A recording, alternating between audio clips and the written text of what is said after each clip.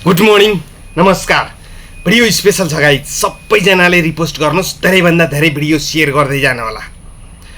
राष्ट्रिय स्वतन्त्र पार्टीबाट सन्तोष परियार र सुमना श्रेष्ठ निक्लिने बित्तिकै दुई चारजना झोलेले सामाजिक सञ्जालमा लेख्न र बोल्न भ्याइसकेछन्।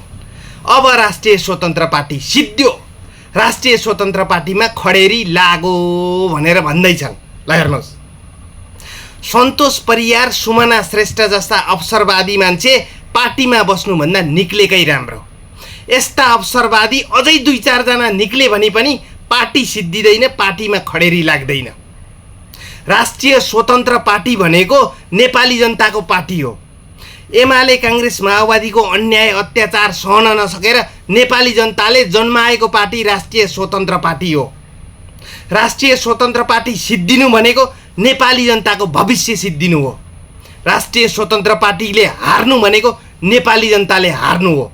त्यसै कारणले आउनेलाई स्वागत छ, जानेलाई धन्यवाद। राष्ट्रिय स्वतन्त्र पार्टी अगाडि बढ्छ। दुई चारजना अवसरवादी पार्टीबाट निक्लिँदैमा पार्टी सिद्धिँदैन, पार्टीमा खडेरी लाग्दैन हजुर।